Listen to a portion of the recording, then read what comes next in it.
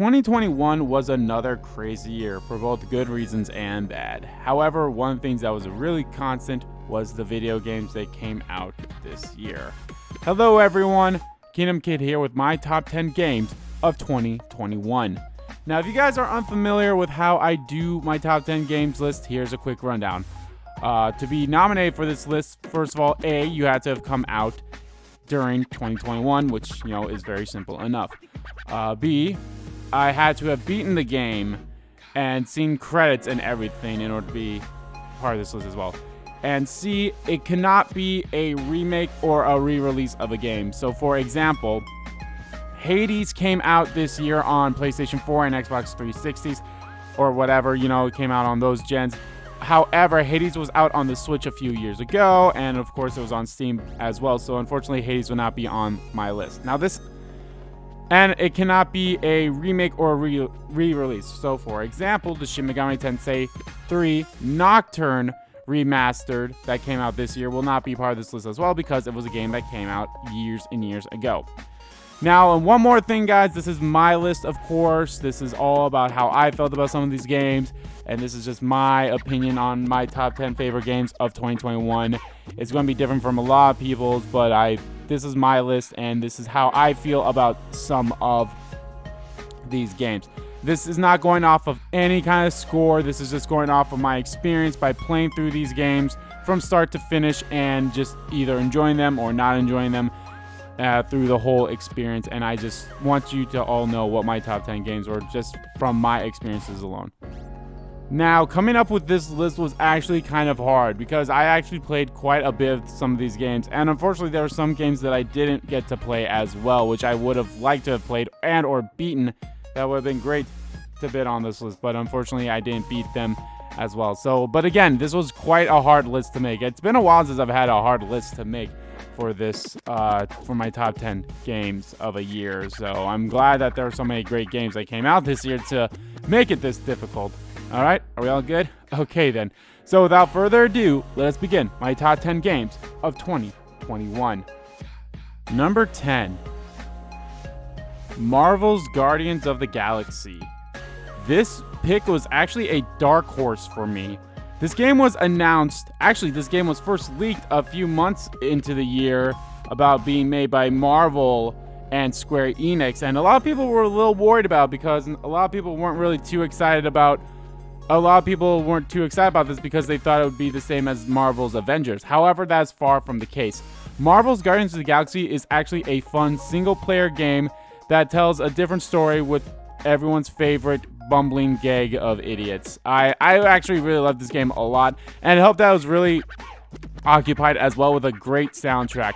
The acting in this game is pretty good. The story of this game is actually one of my favorite stories as well, from anything that I've seen Marvel-related video game-wise. And it's fun. It's fantastic. I did unfortunately run across a few bugs, some glitches here and there, like close to the end of the second to last chapter, I found a bug or something where it wouldn't let me progress. So I just, closed out of the game and then it worked again. But there have been some issues. However, I hope they got fixed. And I did enjoy this game quite a lot. Like I said, the acting is great. It tells a little bit of the Guardians within their first year of being a team, which is actually really refreshing and such. And I loved it. This is obviously has no ties to the video. It has no ties to the Marvel movies. And I don't know, maybe at some point they could do a crossover with Marvel's Avengers game. I hope maybe a sequel would be to mix these two together, because it'll be great just as long as it's nothing like the Marvel's Avengers game. I'm not really a big fan of that. However, I'm a big fan of this single player experience. The combat was great. The story was good, the locations, the art style. It was a really good experience, and I enjoyed this game from start to finish, and I had a lot of laughs, and it even made me tear up a few times too, because there are some moments like that as well. If you are a Marvel fan, I highly recommend picking this game up. If you are a fan of the Guardians of the Galaxy in any shape or form, I highly, highly recommend picking this up. And I'll be honest, I actually love the Guardians of the Galaxy in this game a little bit more than the Guardians of the Galaxy in the movies. But I digress. This is a great game, and that's why it's my number 10 game of 2021. Number 9, Scarlet Nexus. I actually had quite a good time playing this game, playing both Kasane's and Yuito's side. This is an interesting game. It's a game where you pick off who you're going to play from the beginning, and then you play through their story, and then you could do a new game plus with the other character, and then it makes that line so much easier, which I had a blast with. I know for whatever reason they kind of recommend that you play Yuito's side first. However, I feel like it's much better to play Kasane's side first, because that's what I did. The combat in this game is pretty fun.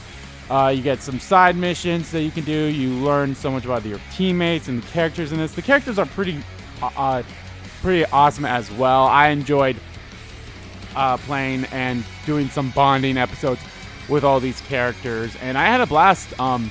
Just playing through the entire story. The story of this game is pretty decent as well. However, I feel like this game kind of fell off to the side. It was one of those things like it came out and maybe people talked about it for like 1 or 2 weeks, and then afterwards no one really mentioned it again. But I still enjoy this game. It's a fun game too. It's a pretty easy platinum game as well if you guys are into that as well. It's just simply playing through the entire game, both sides. There might be like 1 or 2 that you might miss accidentally without doing the proper stuff, but you could still get them done quite easily. I recommend playing this game. It's a fun game, and I enjoyed it. Like I said, start to finish. And if you guys are interested, I did do a live stream of the entire game, both Kasane's and Yuito's side, on my other channel. Link to that is always in the description below of both these videos. So if you guys want to check it out, you can go right ahead. The music in this game was also pretty cool too. I love the can't remember the name, but one of the cities had some great music in it as well, and the combat music's really good too. And like I said, the story is really great, and the characters are great. All in all, I think it had the good mixture for an enjoyable experience in video games. And like I said, that's what I really liked about this game, and that's why it's my number 9 of my top 10 games of 2021. Number 8,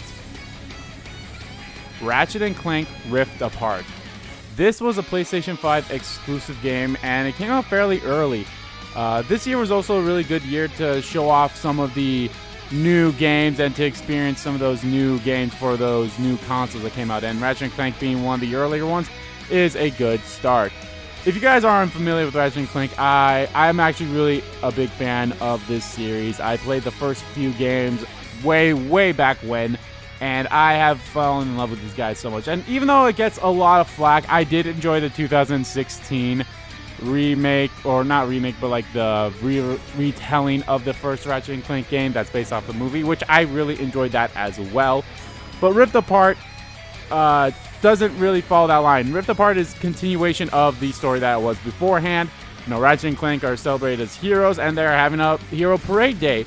And then, of course, Dr. Nefarious takes the Dimensionator away, which is what Clank built to help Ratchet find his family. And as a result, it kind of breaks the fabric of all dimensions. And as a result, Ratchet actually meets another Lombax named Rivet, which I really like that so much. So you actually get to play as both Ratchet and Rivet in this game. It's a fun, fantastic game, and I enjoyed playing this game. The story is great. The voice acting, of course, is always top-notch in these games, and the atmospheric music and the settings are great as well. And I really love the stories. You get to see the counterparts of almost every single character that you've gotten familiar with. Seeing their dimensional counterpart is really lovely.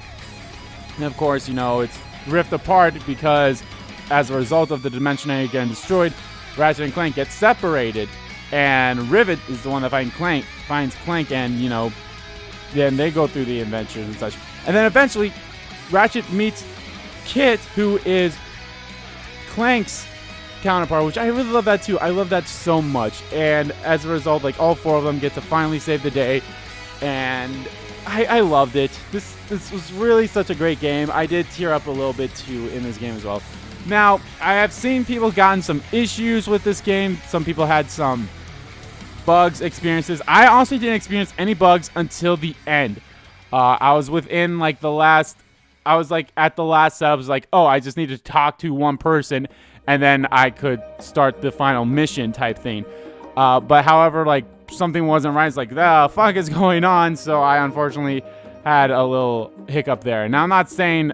Now, I've seen people actually have other hiccups too, so I hope that they patch some of that stuff up. But it's still a great game. And again, if you're one of those people that like collecting trophies like I am, it's an easy platinum, and I enjoy this as well. Of course, it is a PlayStation 5 exclusive game, so you do need a PlayStation 5. But I enjoyed it so much, and I honestly cannot wait to see what they do next in the Ratchet & Clank story. Now, can we start getting maybe, I don't know, Jak and Daxter, some Sly Cooper, maybe bring our boy Spyro back, because, you know, I know a few years ago, actually last year, Crash had a new game. Hopefully Spyro gets a new game, even though how stuff is going right now, that's probably not going to happen anytime soon. I digress. But yeah, I was actually more of a Jak and Daxter guy, so hey, I would love another Jak and Daxter game, so... But I enjoy Ratchet & Clank as well. Ratchet & Clank is a fun-ass game. You always have some good laughs. You might even tear up a little bit in this game because, boy, howdy, this game does pull some of the heartstrings as well. So that's why this is my number 8 of my top 10 games of 2021. Number 7, Bravely Default 2. I really fell in love with this game at the start of it. I've never played any of the other Bravely Default games. I've never played Bravely Default or Bravely Second. Both of those were for the DS. Actually, I think the first one was for the DS, and I think the second one was for the 3DS, but I digress. I never played any of them. I did watch people play the first one, though, so I was like, oh, it looks fun. And of course, this is a Square Enix game, and it's very, you know, telling the old turn-based style RPG, and somewhat, reminiscence of a little bit of the Tactics game as well in a little bit, which I always enjoyed, Final Fantasy Tactics. But Bravely Default 2 is the story of, you know, the 4 warriors trying to get the crystals and, you know, saving the world and preventing destruction and such. It's a good story. It's a good story, but what really drew me in was the characters, of course. The characters and the art style of this was fantastic as well. The characters, you know, how they interact with each other, how they interact with other people, and how they even interact with the villains as they go through the entire game is always a good charm in this game. And the music's fantastic as well. Can never bat an eye at the music for this too. And even some of my favorite moments didn't even involve the main characters. There's a group of villains. I don't even want to call them villains. I mean, you fight them once, but then you never really fight them again. But as you do some side missions, you learn what those guys were up to, and I fell in love with them by doing that. That's another thing too. Doing the side missions is very helpful as well, because then, you know, it opens up more of the world to you, learns more about all the people that live in it, and it's great. I love this game so much from start to finish. I did have some raging moments though in my Let's Play of this, so if you guys want to watch that Let's Play, it's always in my other channel in the description below. I really did enjoy this game so much, and the ending had me crying. I can't believe like how this game works and such. And I might be mistaken. I think that's how the first game and maybe even Bravely Second did as well, where it's like, oh, you beat the game, but you didn't actually beat the game type thing. So yeah, even though like I think credits rolled, but it's like you load up the game and you're like, whoa, no, wait, let's do something different type thing. It's a great game. I highly recommend it if you guys have a Switch, and it's also on PC now, so if you have a PC, you can go pick up this game. I feel like this was another game kind of similar to Scarlet Nexus, where it came out and then not a lot of people really talked about it until, you know, it came out on Switch, and then a few days later, no one really talked about it. But then it came out on PC, and then no one really talked about it a few days later either. But it's a great game, and I think this year, 2022, is the 10th anniversary of the Bravely Default series. So there might be something that comes out if they didn't announce something already. I don't know. I know some characters in all the Bravely Default games, or I think there's a mobile Bravely Default game, which I'm not too excited about, but who knows? They might have more coming out. So I enjoy this game a lot. All the characters are fantastic. The battling system, I can't remember. I didn't even talk about the battle system yet. The battle system, like I said, is turn-based. Actually, no, it's not even turn-based. You pick what you want to do first, and then then it just goes. Like, it goes in the order that it was supposed to go. But, of course, there's the thing where it's like, hey, you can brave, which you have those brave points where if you guard, you boost them up. So, and then you can just brave them up. And even if you don't have the brave points, you can still use them, but then you can't move until the negative number becomes a 0 again. Which means, like, you can do 4 different actions, up to 4 different actions for each character. And, of course, the classes. There are different classes for all the characters. Some of the characters are better suited for some classes more than others. But you can still, you know, level all of them up. So there are skills, I believe there are skills that they learn forever. I might be mistaken on that, but they still get, you know, experience. They get job experience. They get level experiences. I think there's some stats that always increase for every level up for their jobs as well, but I digress. It's a fun game. I do want to go back into it because there are some things I haven't finished up in there yet. I would love to level up all of the job classes as well, but it's a great game. It's a great experience, and I enjoyed it so much. And if you, like I said, if you guys have a Nintendo Switch or if you have a PC, I believe it's on Steam. I don't know if it's on Steam or Epic Game Store. It's one or the other. But I highly recommend that you guys check this game out because it's so much fun. And I hope, hey, knock on wood, maybe they'll port the other 2 onto the Switch at some point because that'd be great. So yeah. But anyway, guys, that is why Bravely Default 2 is my number 7 top 10 games of 2021. Number 6, Persona 5 Strikers. I really love this game. This is the pseudo sequel. Actually, you know, you can say this is the sequel to the Persona 5 game. Now, a lot of people have been like, well, it's just the sequel for Persona 5 Vanilla. However, there is a way that I think it could also be a sequel to Persona 5 Royal as well. And that's another video that I plan to make at some point in the future. So be on the lookout for that.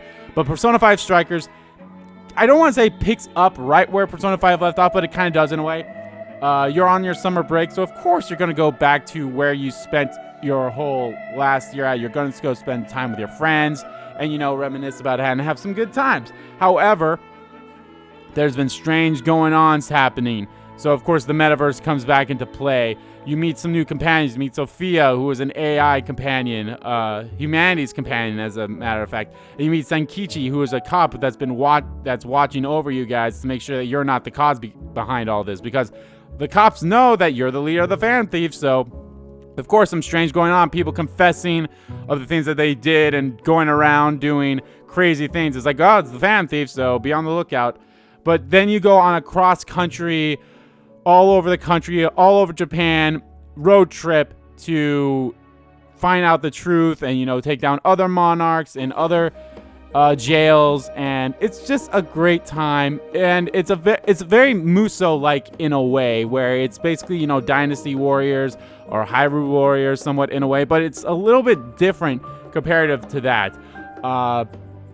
You have 4 characters. Of course, you'll always have Joker. Joker can never be removed. And then you have like 3 of the other fan thieves. And they all have your personas and such. And it's great time. You can all use your skills. You get your all-out attacks. It's a fun time. I did, of course, I raged a little bit as well. Because I didn't realize that, oh, hey, you can just leave the dungeons whenever and get all your stuff back as long as you had a checkpoint type thing. I wish I realized that a lot sooner than I did. But I digress. It's still a fun-ass game. The story, of course, is phenomenal. It's a Persona game, so of course you know the story is going to be great. All the characters are great. The music had some remix, some of it, of course, and there's some new music in there as well. Daredevil, I think, is one of my favorite songs of this entire game. The remake of Rivers in the Desert is pretty good as well. Remake of Blooming Villain is so fantastic. The music, of course, is so amazing. And, of course, Last Surprise as well, having a little remake as well was good. But I enjoyed this game so much. Of course, like I said, the characters are great.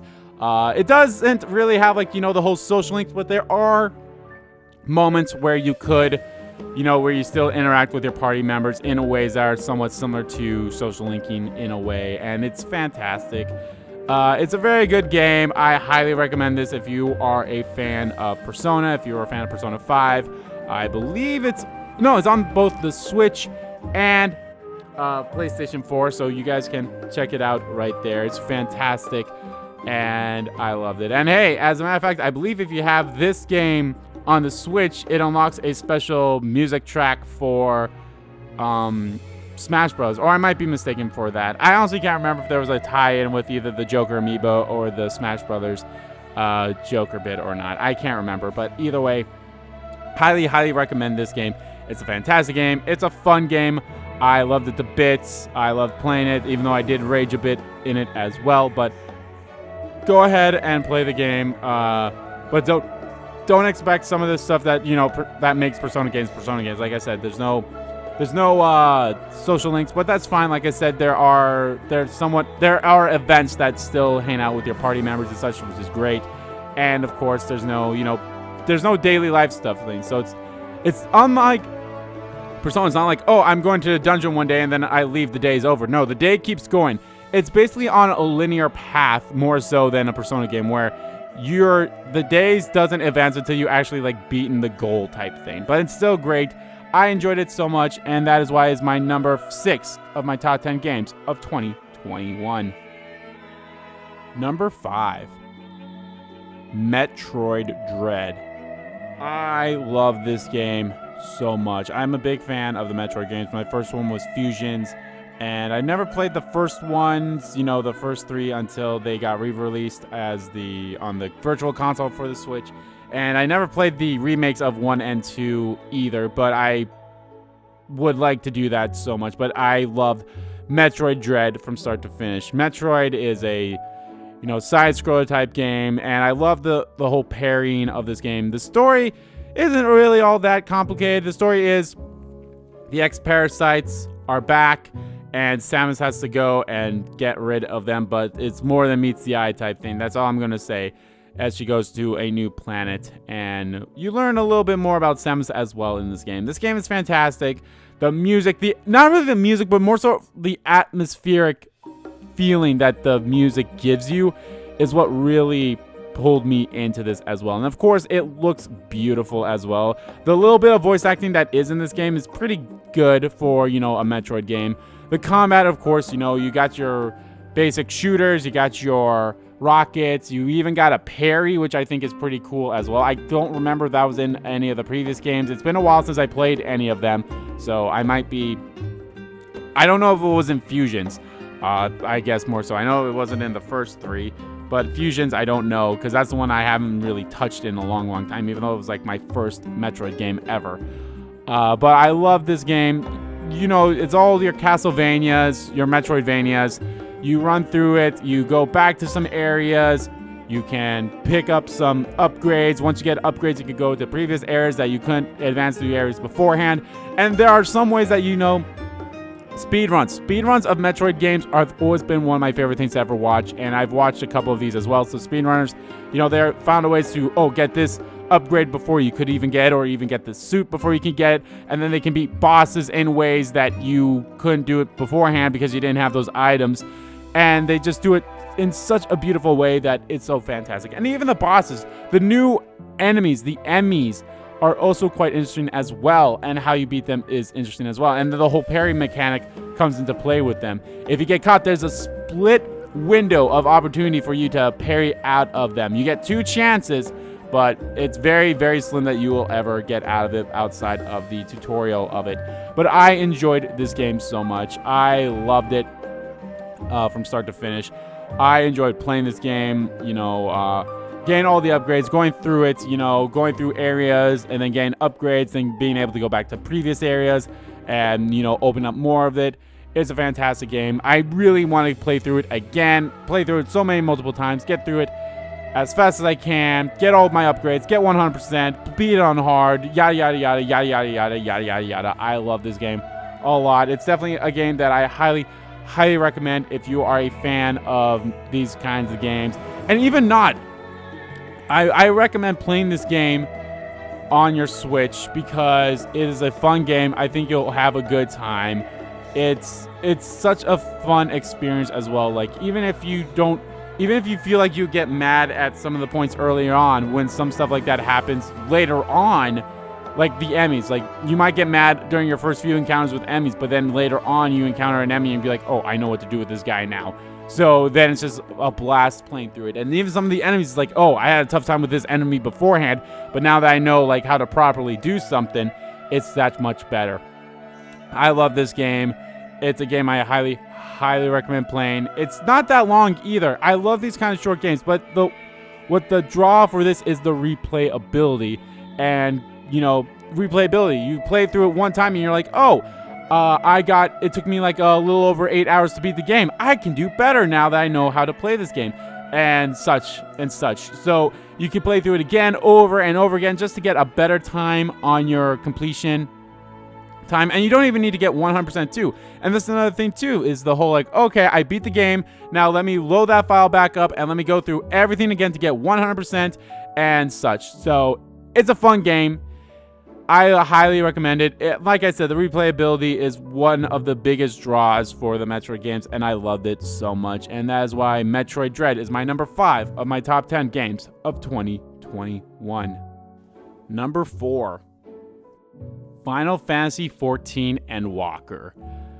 This is a little complicated. I'm not gonna lie. This was a little complicated as to why this is on my list. For one, of course, Final Fantasy XIV is technically the game, and that's been out for over 10 years. However, Endwalker is the latest expansion, and it came out this year in 2021, and I enjoyed it so much. And these expansions has always been like the length of a game on their own. However, another thing why this is on my list is technically Endwalker is the end of the Hydaelyn and Zodiac saga.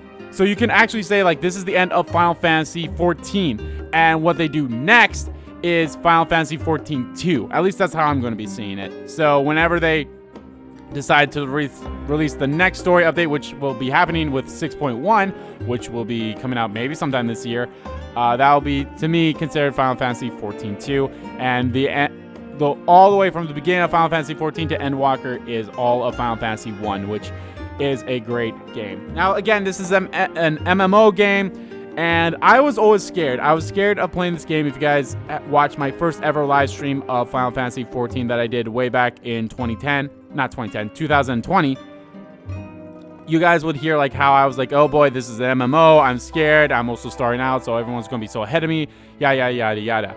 I actually got this game for free because I think they had like a whole like, hey, you could get the game for free.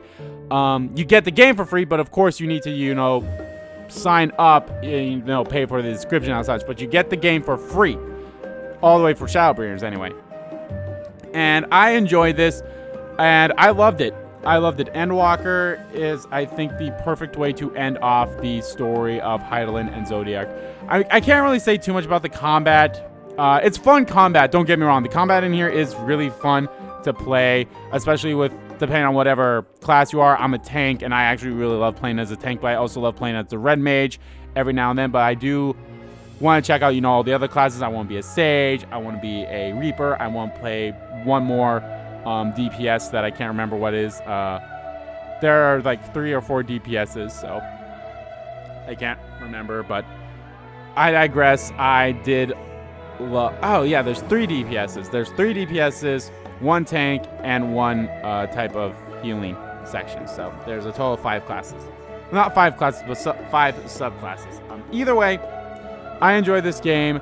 The story is what really is the big thing for me in this game. The story and the characters are all fantastic, and just the whole theme of Endwalker is you are never alone, and being reliant on your friends, having people there to, so you can support each other, and everyone that support you through the entire journey as well is also a nice caveat as well. The story is what the big takeaway is for Endwalker for me. I loved it from start to finish. I did a live stream series of this. I'm going to continue doing live streams of Final Fantasy XIV for the story. I loved it. I enjoyed it so much. I can't believe how the whole Final Fantasy XIV team, just came together to do Endwalker and how it all worked. And of course the music. You can't talk about a Final Fantasy game without mentioning the music. The music is a big selling point for me as well, especially the Endwalker theme, footfalls, and the other one as well. The one where it's just the instrumental. Beautiful, beautiful, beautiful. And I even love the Charlene theme that plays as well. I love that so much. This game is just, all in all, it was a fantastic experience. And all the build up to the final climax as well. I teared up, God, how many times? I think I teared up just 5 times alone in my final stream that I did of Endwalker. It's a fantastic experience, and if you're a fan of Final Fantasy at all, you need to at least watch the story. And of course, you should watch the story of the entirety of Final Fantasy XIV as well, so then you can understand the story a bit. Because that's what, like I said, that's what Endwalker is. Endwalker is the culmination of all the previous expansions beforehand. It all led up to this. It all led up to preventing the final days, preventing the end of the world. So you need to learn how you got to the destination. This isn't one of those stories where it's like it's not about the journey, it's about the destination. For this, it's about everything. It was about the journey all the way to the destination. So it's one of those things where you need to learn all of it. And again, I'm sure there are some videos out there where it's like, hey, here are just some important cutscenes to talk about the story of Final Fantasy XIV. I'm sure there are video essays out there explaining all the stories, explaining it all. I gotta give my hats off to the team as well, because they brought Final Fantasy XIV back from the dead, basically, where it wasn't doing so good, and then they decided, you know what, fuck it, destroy it all, we'll rebuild it, and they made it better. And I'm so glad that they did, and I'm glad that I finally checked this game out after hearing nothing but good things about 14, but being always scared because it's the whole MMO aspect has always scared me. But the Final Fantasy XIV community is such a great community.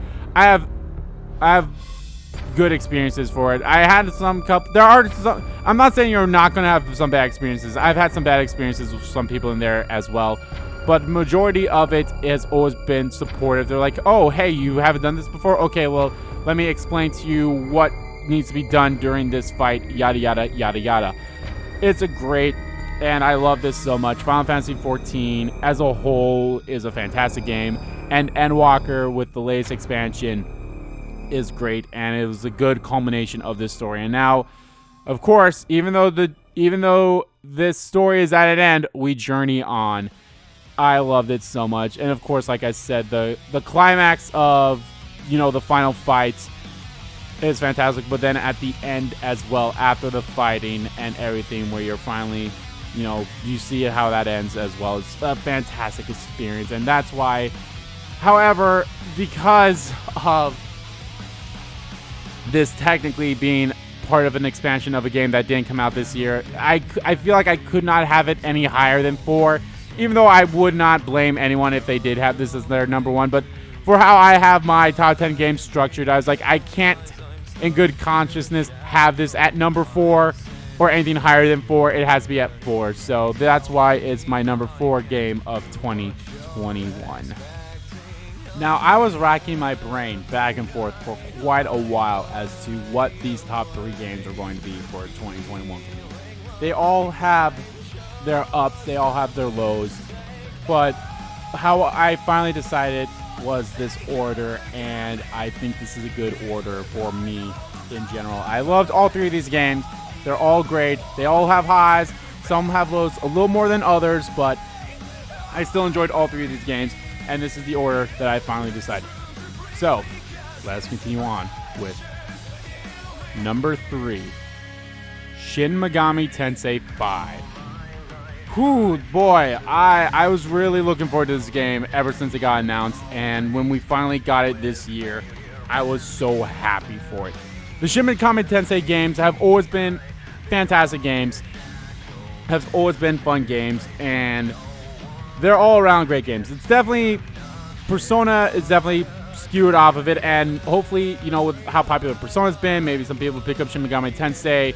Even though Shin Megami Tensei 5 and all the Shin Megami Tensei games in general are nothing like the Persona games. They don't have those slice of life stuff, with their social links and all that stuff. This is straight up a Demon Collection game and, beating God and being new rulers and such. And that's basically what Shin Megami Tensei 5 is. World came to an end. You gotta go beat God, and you gotta remake the world again or steer it in a direction of your choosing.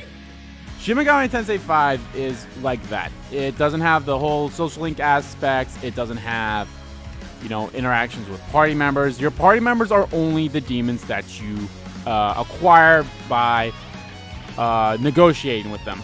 That is how you've always gotten demons. Now that's how they've done it, and that's how they did it in Persona 5 with the negotiations as well.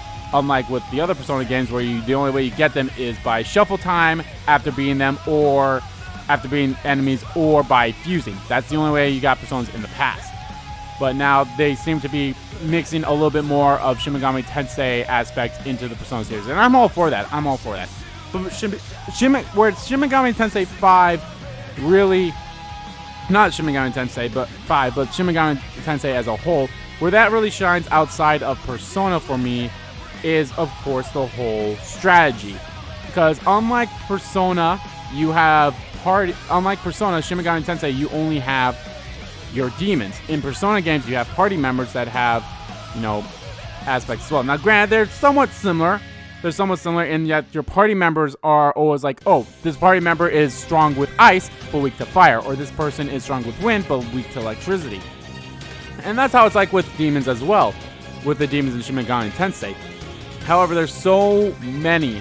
You get so many party members. You can get up to 24 demons in Shin Megami Tensei 5, which means it's yourself and 3 other demons. But then you can pick, if any of those demons die, you can just switch it out for another one, like that. Now, of course, you can do that in Persona as well. But how you do it in here is a little bit more better in a way without, saying it. Shin Megami Tensei 5 is a great story. However, where the Persona games really excel is in their story and, their communications, their bonds with all the characters in there. Shin Megami Tensei's stories have never really been their strong suit. I will say this. My favorite Shin Megami Tensei story is Shin Megami Tensei 4 and Apocalypse. The Shin Megami Tensei 4 and Shin Megami Tensei 4 Apocalypse's stories are actually pretty good. Shin Megami Tensei 3 Nocturne story is, it's not bad, but that one has like the least amount of story there is. Shin Megami Tensei 5, I say, is somewhere in the middle with them. Well, Shin Megami Tensei 5, in general, I'm going to say this right now, Shin Megami Tensei 5 feels like a sequel to Nocturne in a way. It basically has somewhat of the same premise in the world is destroyed, and you can go choose how you want the world to be, similar to Nocturne. However, the choices get a little more easier to navigate through, and there are actual people that you can talk to more so than you did in Nocturne, and I feel like you get like more of a voice in Shin Megami Tensei 5 than you do in Nocturne, because you actually are fused with a demon who kind of serves as your voice in that aspect. I really did love Shin Megami Tensei 5. I love the combat. I love how it's not random encounters like it is in, all the other Shin Megami Tensei games. You see the enemies on the field, so it's like, oh, there's an enemy. I'm going to go attack it from the back so I get an upper hand, or I'm going to run away from it because I'm not in a mood to fight type thing. And of course, they got the Leyland Fountain where you can do the World of Shadows to fuse demons, where you can buy items and such as well, which that is a stronger aspect to go. And that's where you save and recover as well for a fee. That's a really good aspect that they did in there. I would have liked if you could save anywhere how you could in Shin Megami Tensei 4 and Apocalypse. But having save points where are also places that you can recover, places that you can buy items, and fuse as well, I think that was great. Because unlike the other 3 games, all those had areas where it's like, oh, you can save here, but you can't go, but in order to go to a place with fusion, you need to go to somewhere else. Actually, I think in Shin Megami Tensei 4 fusion, you can do wherever you want, so that's pretty good too. But you couldn't go to a shop. You had to go to an actual shop in order to buy items and such. And I think depending on what shop you went to, the items are different. Unlike in Shin Megami Tensei 5, the shop is always going to have the same stuff, and as you progress through the story, you get more stuff. And of course, there's the aspects of miracles, which are kind of like I don't want to say cheats in a way, but they're like, hey, here's some stuff that you can get that will help you in battle and in other stuff. So you beat these absence things and you get miracles that you need glory in order to get. And then how you get glory is you can either collect Mements, or you can get some glory crystals by finding the Mitamas, or you get glory by these unique chests that are all out through the world. And I loved it. And so yeah, you'll be playing through it multiple times in order to get all of the abilities that you get. Yeah. So the abilities you get are, of course, the variety of, your fire attacks will be stronger now. Your almighty attacks will be stronger. You get more skills on your character. You get more skills on your demons. You can hold more demons. Negotiations get a little easier. There's some discounts on the stores and the compendiums. It's all over the place. It's a great game, and I loved it. And, of course, there's multiple endings as well. There's 4 endings. There's a order ending. There's a chaos ending. There's a neutral and a true neutral ending. I have done all those endings, and I still loved it. And the true neutral ending is really good, too. I did tear up a little bit in this game. This game does have its moments as well, and that's where I say it differentiates as well from Nocturne, which also came out earlier this year. But this is a great game. I feel like your character isn't all, like, blank. Your character isn't a stoic protagonist like, all the other Shin Megami Tensei protagonists are. He is stoic still and, somewhat blank, but he does somewhat have a little bit of a personality every now and then, but it's still not a big deal. I did love this game a lot. It is a fantastic game. I highly recommend playing this if you guys have a Switch, and there's a rumor that it could be coming out to other platforms maybe this year. I don't know how true that is. Some people, I know when this game first came out, there was a report by data mining, they found out source code for PlayStation 4 and PC. So who knows if that happens? Great. I would love to double dip. I love these games a lot, so I would definitely double dip. And I want these to succeed because then, hey, maybe it won't take, 10 years for the next Shin Megami Tensei game to come out. Because it was quite a while between Shin Megami Tensei 5 and Shin Megami Tensei 4 Apocalypse. But I digress. Shin Megami Tensei 5 is definitely not only my favorite Switch game of 2021, but it's also my favorite, my number 3 game of 2021. Number 2, Lost Judgment. Oh my lord, this game, much like all the other Yakuza games, and even to the extent the first Judgment game, this game was fantastic. And comparing it to the first Judgment game, this game did a whole lot of improvement compared to the first game. I feel like they refined the combat a lot better in this game as well than it was in the first Judgment game. And getting rid of the whole Kain system from the first game really, really knocked it home in here as well. But that's not only it. The story is what really drove me home with this game. The story of Lost Judgment is fantastic. You learn one thing, and then you start off by doing something else, and you're like, how the hell is this going to interact? How are they going to tie together? And then when you learn how they tie together, it's like, oh, that's interesting. And then how it even does more and expands. It's great. It's fantastic. It's very similar to how they did the story for Yakuza Like a Dragon last year in a way. It's like, okay, how's this one event tied to this event? And then you learn it later on, and you're like, what the hell? So the story takes you for a loop. It's fantastic. Of course, the characters, all your favorite characters from the first game come back, and even some new characters come in. It's great. But another thing that I really loved about this was the whole school story aspect of it. The school stories of this is a separate thing from the side cases and even the main case. Is as soon as you unlock that, you can basically almost get it all out of the way pretty much right away, with a little few bumps where, oh, you can't continue this because you need to be a little bit further into the story to do this, or you can't do this because one of your stats for the school story isn't up yet. You can't increase that stat until you do another class or something. That's what I loved about the school stories. School stories in itself, that could be a game in its own with all the school story stuff, and that take a lot of time too. And if they really want to expand upon it, it reminds me in some ways of Persona in a way with these school stories aspects of it, where Yagami goes undercover as an advisor for one of the school clubs. You start off with a dance club, and you end up being the instructor, teaching the girls how to dance, and then you can keep following along until you get through the big competition, and you learn like what's going on with everything, and to uncover the mastermind behind all of these delinquencies happening around with the professor. It's great. That whole story is fantastic, the side story itself. And of course, you have the side cases as well. You can't talk about a Yakuza game without mentioning the side stories or side cases and how great they are and what really flush it out too. And it's always enjoyable. All of them have been enjoyable. And I honestly don't think there was a bad side case in this game. I can't even remember if there was one. If there was one, it probably wasn't that big of a deal to me. It's like, oh, that one wasn't as great as all the other ones, but it's not a big deal to me.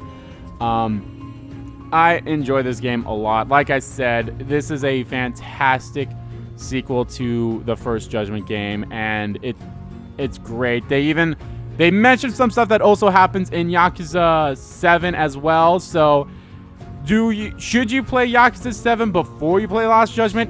I also think no. The big quote-unquote spoiler gets revealed like within the first 10 minutes of Lost Judgment. And even then, I feel like that's not a big deal for multiple reasons. It's like, oh, that happened, but it's not a big deal in my opinion. You can still play this. As long as you've played the first Judgment game, you should be good. And if you have some vague idea of how the Yakuza games are, that's great. And now I think I mentioned this in my last year's video when I talked about Yakuza Like a Dragon. With Yakuza Like a Dragon taking the path of an RPG, we still get the beat 'em up style gameplay in the Judgment series, which I'm happy for that. I see both of them being good. Of course, everyone's a big fan of RPGs. Everyone likes RPGs. But the beat 'em up of the Judgment games and how the old Yakuza games were, I think is fantastic as well. And even the combat, like I said, they redefined the combat to be a little bit smoother, in my opinion. They even introduced a new fighting style with the snake style, which honestly is my favorite style, because how that works is so great. Is if you get an enemy to be fearful, they have like clouds all over them, and then you do a heat action where it's like, it's EX surrender is what they're called, where it's like, you fake punch them and such and basically make them surrender, be like, okay, I'm done fighting, and then they leave. It's such good. And of course, like I mentioned with the side cases, it brings back some of the old characters that you met in either some of the side cases from the previous game or even in the main story as well, from the first game as well. It's fantastic. The whole series and the whole lore of the Yakuza games are great, and Lost Judgment I feel like was a perfect sequel to Judgment. It did everything that a sequel should do. It improved upon some of the shortcomings of the first game and even expanded into some more fantastic moments. It expanded on the story, expanded on the lore, it expanded on the environments. It fixed all the hiccups that some of the first games had and made it great. Now, there were DLC that came out with Lost Judgment as well. Unfortunately, I didn't cover some of them. It was more so with the girlfriends, which isn't a bad thing, but it's one of those things that I kind of wish I was able to cover, but not able to. That's great. And there's even going to be more DLC coming out in the future in the spring here with the Kaito files. I don't know. From my understanding is it seems like those take place sometime before Lost Judgment. I don't think it takes place during Lost Judgment. I'm not entirely sure where those take place, but I'm definitely looking forward to covering that when they come out. So, and of course, I'm always looking forward to what RGG does next for the Yakuza and Judgment series. I don't know if there's a Yakuza game coming out this year or anything, but I don't know if they're going to do a whole like, Yakuza 1 year, Judgment the next year. I wouldn't be upset about that, but I'm still hey, give us those samurai games. Give us those samurai games that have only been in Japan. Give us those games, please. I don't think I even mentioned the voice acting. The voice acting, of course, is fantastic. They got all the characters back for the characters that were there beforehand. The English is great. The Japanese is great as well. You can play it either or. It's much like with the first Judgment game. Either or is great. Same with Yakuza Like a Dragon. Either or is great. Sub or dub, doesn't matter. They are both fantastic. You play it whichever way you want. But I gotta give a big shout out to all the voice actors for this game. They did a fantastic job as well. And of course, it's a great game. This game is fun. Highly recommend picking this game up if you have the means to play it, which you should. It's on PlayStation. It's on everything, basically. It's on PlayStation 4. It's on PlayStation 5, Xbox Series X, Xbox X, whatever the previous gen was called. I think it's on Steam. Maybe not yet. Actually, no, I don't think it's on Steam, because I don't think the first one's on Steam either, because of the whole issue they have with the model of Yagami. But either way, it's a fantastic game. I highly recommend picking this game up if you are a fan of the Yakuza series. If you enjoy the first Judgment game, pick up Lost Judgment. It's a great game, and you'll find something to enjoy. Like, if you didn't, like, the story will always be there, but of course the school stories, like I said, the school stories are probably one of the biggest improvements. Not even improvements, but like one of the things that you'll be distracted of through this entire game so much. It's fantastic. I highly recommend playing this so much, and that's why it's my number 2 game of 2021. Number 1, Neo: The World Ends With You. I mentioned in the number 2 slot for Lost Judgment how Lost Judgment was the perfect sequel and did everything that a sequel should do. Neo: The World Ends With You does that tenfold. Neo: The World Ends With You is the sequel to the first game, The World Ends With You, and it's a sequel that I honestly didn't expect we would ever get. To me, Neo: The World Ends With You did everything that a sequel definitely needs to do. It did it in a different way than Lost Judgment. How it did it is it's a sequel to the first game, but you don't play as the first characters. You play as different characters, but the first game's actions still happen. And it's great. You're in a new Reapers game, which is a lot different than how it was in the first one. How the Reapers game played out in the first game was it's just you and a partner. But the Reapers game in here is it's you and a team. You're a part of a team. So you could have multiple people in your group. And it's all a team-based thing. And you play through the week, and if you're the top-ranking team at the end of the week, you get a wish granted. And unfortunately, the last place team gets erased. That is the premise of Neo: The World Ends With You. And the characters in this, all the new characters in here are fantastic. Rindo is a little bit different than Neku. He doesn't shut off from the world like Neku does. But he is a little more, he is reserved as well compared to Neku, but not as reserved as Neku. He has his friends. He has a friend on his Fango game, which is basically like Pokemon Go in a way. He has a friend that he hangs out with after school and such, who even got introduced the pin to him. And then he gets more friends, as he plays through the game. He meets another friend in the game that joins their team, and it's fantastic. This game is wonderful. You have the fantastic music. You have the great music that the first game had, and even some more tracks. The art style is a little bit different, but it's still somewhat the same. I love how they do like the comic strip aspect of the cutscenes, a little bit different than how they did in the first World Ends With You. In the first World Ends With You, it was just, there's your characters right there and there, and they talk. But in here, it's kind of like comic book straps in a way, where it's like, oh, you get a little box with one character, then another box with the other character, and so on and so forth. Or then they have like little emoji. I don't even know how to explain it, but there's like little, they're not chibi, but they have like little like, ooh, that's for some of them. And they're so expressive too. They're a lot more expressive in their cutouts as well. The combat is a little bit different too, because unlike the first World Ends With You, which came out for the DS and then later on the Switch, and then of course it came out for the iPhone and such like that, the iOS store. This game also came out, it's also on PC as well, so go pick that up. But it's also on PlayStation 4. So they had to revamp the combat a little bit. So how they did it is they just tied your pins to your buttons on the controller. So you eventually, I think at some point you get 6 pins. I think the amount you can get is 6. And they're each tied to a button. So it's like you have a button that's for triangle, you have a button for circle, you have a button for square, you have a button for L1, R1, L1, R1, R2, R3. I think somewhere in there, I don't think there's one to X, because I think 1, 2, 3, 4. Yeah, I can't remember.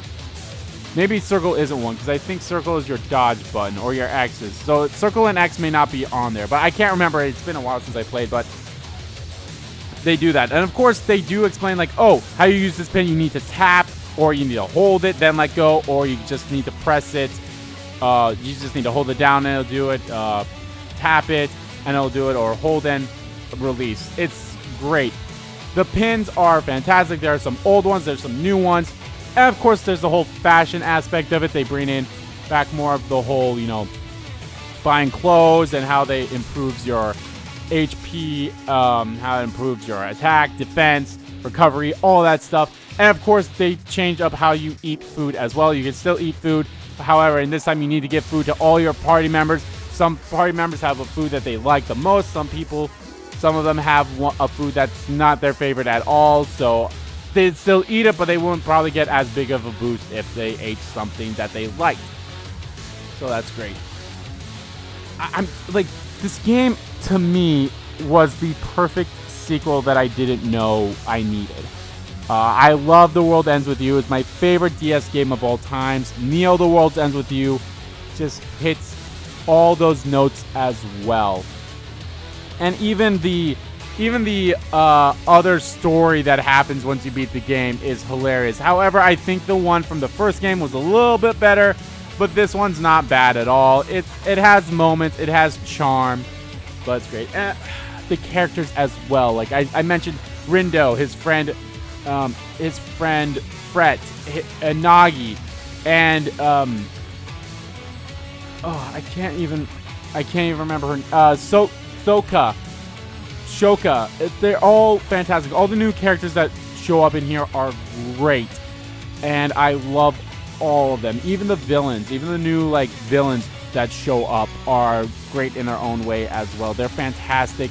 I've said the music is amazing. There are some old tracks that are in the first game, but the new tracks also make great. I think Pressure's the name of the song. It's really good. That's my favorite track in the entire game. You're probably going to hear that song somewhere in this video. I loved it. The game is fantastic. The story is, of course, top-notch. It is incredible. And there are moments in this game that just will make you tear up, and you'll love it from start to finish. If you are a big fan of the first World Ends With You, you need to do yourself a favor and pick this game up. Square Enix didn't really do a good job of, I can't find the right word because I'm so flustered of it. They didn't do a good job of advertising this game, but it's a fantastic game. Please, you deserve it. You need to pick up this game if you are all a fan of The World Ends With You. And another thing is, you kind of, like, it would help to know the story of The World Ends With You to play this game, but you don't need it. You do not need to have played the first game in order to really enjoy this game. There'll be moments where it's like, oh, I remember this from the first game. There's a little, like, a callback from the first game in here and such, but you do not need to play the first game. You won't miss too much of a story because they do a good job of explaining the important bits from the first game in here as well. So pick this game up. It's a fantastic game. You will love it from start to finish. And of course, they bring in a new way of how you get like some abilities and even some items and such, like with the social networking thing where it's like, oh, once you get enough friend points, you can unlock a friend, and like, oh, this friend gives me the ability to change the difficulty from normal to easy, or from normal to hard, or ultra hard, or I can increase my levels, or I can decrease my level. I don't know if that's an ability, but you can decrease your level so then you can get more experience and you get a higher chance of item drop rates. And that's another thing too, is like this ability is like, oh, increase the drop rate by 1% or something like that. More items get available in the shop. More items are available at the restaurants. This gives me an item that does something.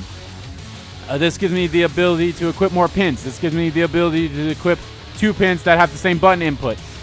This gives me the ability to chain more noise into a chain battle. This gives me the ability for special noises to show up. This gives me the ability to see special noise. This does this and this and this. It's great.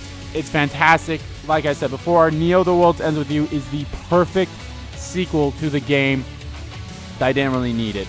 I love The World Ends With You. I would have loved if they brought a game in a little earlier, but having this game out now is fantastic, and I love it. And that is why Neo: The World Ends With You is my #1 game of 2021.